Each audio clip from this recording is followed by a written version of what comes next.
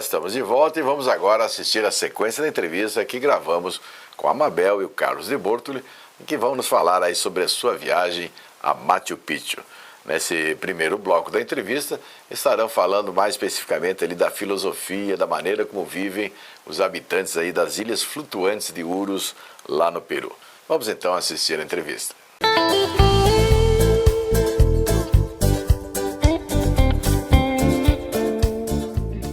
Nós estamos de volta, meus amigos, e vamos continuar falando aqui. Nós estávamos no bloco anterior conversando com a Mabel estava nos falando aqui da emoção realmente de viver, né, de presenciar lá as ilhas flutuantes lá do Lago Titicaca. E a Mabel falava da intimidade, enfim, da vida deles, né, porque as famílias ali, elas moram efetivamente naquelas ilhas, não é, Mabel? Moram. E isso realmente impressiona muito a gente, né, que faz a visita a eles, né? Impressiona muito. E é uma coisa muito interessante, né? Se você parar para pensar, eles vivem ali, né? Mas eles também vivem na cidade, porque certo. eles têm que Sim, ter claro. uma relação Sim. com a cidade. E as escolas, os filhos precisam estudar, inclusive, né? ele tem uma filha que está na universidade em Puno. Em Puno, né? Aí pega uma lancha, um barquinho e vai para lá. E vai para Puno, para a universidade. Como nós usamos aqui os nossos meios de transporte, lá o deles é fluvial. Né? Eles usam constantemente os barquinhos, certo. Sabe? Inclusive, nós fomos dar uma volta com um barco desses. Mas um barco de juncos? De junco, muito pitoresco. Né? Muito pitoresco, os barcos bem decorados. Banal, né? Exatamente. E ele foi, digamos assim, manejado, impulsionado pelo pai e por uma das meninas que estava lá, filha. No remo, na base do remo. E me deu pena de ver o sacrifício que a menina fazia. Inclusive, ela foi substituída por um dos nossos expedicionários, que é o Miguel. O Miguel pegou o remo, pediu, ela saiu, daí o Miguel usou lá, que beleza. E quando nós vimos, o barco lá se dirigiu para dentro dos juncos. Certo. E a menina foi lá na frente e começou a arrancar juncos, descascar a pontinha branca, como se fosse um palmito, comeu e ofereceu para nós. Nós comemos junco, eles comem isso. O junco, olha só, eles comem isso. O Lago Titicaca, eu ia falar da fauna, ele hoje está repleto de trucha. Sim. Trucha. Que são as trutas. Introduzidas ali. Se elas se deram bem, se proliferaram e é um... Tem muito peixe, muitas frutas. Muitas, né? Quantidade muito grande que movimenta a economia da própria Puno e dessas ilhas. Mas eles, nas ilhas flutuantes, comem muito pouco peixe. A alimentação deles é o junco. Olha tudo deles é na base alguma coisa do junco. O junco está lá. Olha e essa questão dos barquinhos, eles têm que usar porque eles não têm banheiro nas ilhas. Sim. Os banheiros, e não pode ser também os dejetos serem eliminados no lago, na água. certo? Então, existe um local reservado, próximo das ilhas, onde existem os banheiros. Perfeito. E a pessoa precisando, pega o barquinho e vai lá, né? Faz suas necessidades e volta. Isso aí depois, esse material depois é removido, né? Para o continente. Para o continente, eu não sei exatamente o destino, mas... o lago é preservado disso. Perfeito. Essas populações das ilhas flutuantes, elas não é muito numerosa, mas eles têm que preservar de qualquer forma. Sem dúvida. Né? Porque além do aspecto econômico ali também, ali é um ponto de atração turística muito importante. Né? Então é claro que eles têm que preservar para que cada vez... Ali recebem, obviamente, pessoas do mundo todo. Que se encantam com a beleza do lugar, né? Então, a Mabel vai falar de um almoço que nós tivemos na ilha. Ali na ilha natural. Na ilha natural, né? Terra firme.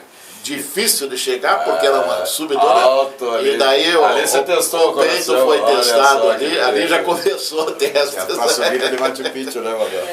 Então, vocês chegaram a almoçar lá numa casa de família, como é o hábito deles, né? Também fomos almoçar numa casa de família, na Ilha Natural, né? Certo. Subimos com bastante dificuldade, porque ela é íngreme, né? E foi muito interessante. É que de lá você tem uma visão maravilhosa do lago. Maravilhosa do lago. Tem uma ideia da dimensão realmente. Né? E a família também nos recebeu, sempre eles nos recebem assim, com muito carinho, são muito alegres, atenciosos, eles gostam muito de dança, né? Isso é muito interessante.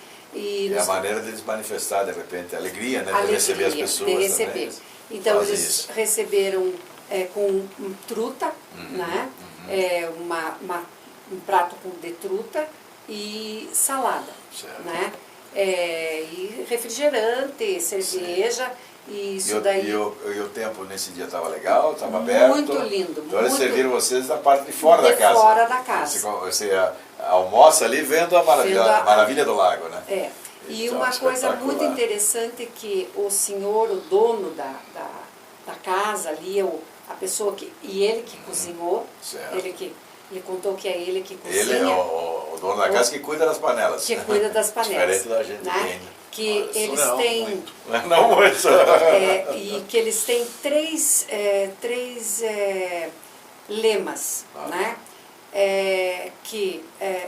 Por exemplo, eles, tanto o homem quanto a mulher, desde criança eles aprendem a tecer. Então, eles fazem meia, luva, casaco, gorro, seja lá o que for. E eles estão o tempo todo ali fazendo. O tempo todo eles estão tecendo, né? Eles tecem de olho fechado, eles tecem caminhando, né? Conversando com você. Conversando com você, eles tecem. Então, são três coisas que eles têm como lema: não mentir, não roubar e não ser ociosos. Olha só. Sempre tem que estar fazendo alguma coisa. Eu achei assim uma coisa muito interessante, porque esses três lemas, eles estão ligados, né? Porque a ociosidade te leva a mentir e te leva a roubar. Claro. Você não produz? Vai ter que ser virado de forma. Então, mas é uma coisa, eu achei assim uma coisa muito interessante, né? Porque você anda na ilha, tá todo mundo tecendo. Na oportunidade que eu tive lá há 3 anos, eu notei, isso acho que é uma coisa meio que comum também, de trabalhos em comunidade. Tudo em comunidade. Tudo em comunidade, né, cara? Tudo. Quando eu estive lá, eles estavam construindo uma quadra de basquete lá nessa ilha. E aí você vê as crianças, os jovens, os mais velhos, mais idosos, todos juntos, né, cada qual levando a sua carga, aquela que ele pode fazer. Mas o importante é isso realmente, né, que a comunidade trabalha realmente unida. Né? E que não importa se a criança carrega um tijolo e o velho carrega 10 e o jovem carrega 40, mas todos têm o mesmo valor. Sim, isso é importantíssimo. O trabalho é reconhecido igualmente desde a criança até o idoso. Igual. Todos têm seu valor, igual. Isso é importante. Certo? Não importa se trabalhou mais ou menos, vai receber igual. De maneira exatamente. Igualitária. E eles têm um sistema hierárquico muito interessante, porque eles são reconhecidos pelo traje. Certo? Então, criança até uma certa idade vai ter um tipo de vestimento. A menina um e o menino outro. Depois eles se tornam jovens. Aí precisa distinguir, por exemplo, quem é casado e quem não é casado. Perfeito. Certo? E eles se vestem todo dia. Não é um traje folclórico. Não. É todo traje dia. Usual. Daí quando tem, por exemplo, uma apresentação de 2 pessoas, não vai perguntar para o outro se é casado. Já vê o traje e já sabe. Pelo traje. Né? Isso não é... né? As mulheres, é o tamanho do pompom que ela usa na roupa. As moças, o pompom que elas usam é menor. Entendi. E as casadas os pompons são maiores. Olha só, ali foi a diferença. E os homens, o casado, ele usa um gorro. Um gorro. E o solteiro não usa o gorro. Olha só, interessantíssimo. Eles têm também outros detalhes na vestimenta. No cinturão. Cores, sabe? Ele tem alguns bordados que são diferentes, certo. Sabe? Então, tudo isso é uma coisa que chama muito atenção. Sim. E a gente aprende muito, né? Nossa. E uma outra coisa também que chama muita atenção é que lá, voltando para as Ilhas Flutuantes, não existe separação. Casou é para o resto da vida. Nessa ilha natural também. É uma tradição. A Mabel citou ali os 3 preceitos principais de comportamento social, né? Perfeito. Mais um que ela não citou e não faz parte assim, do geral.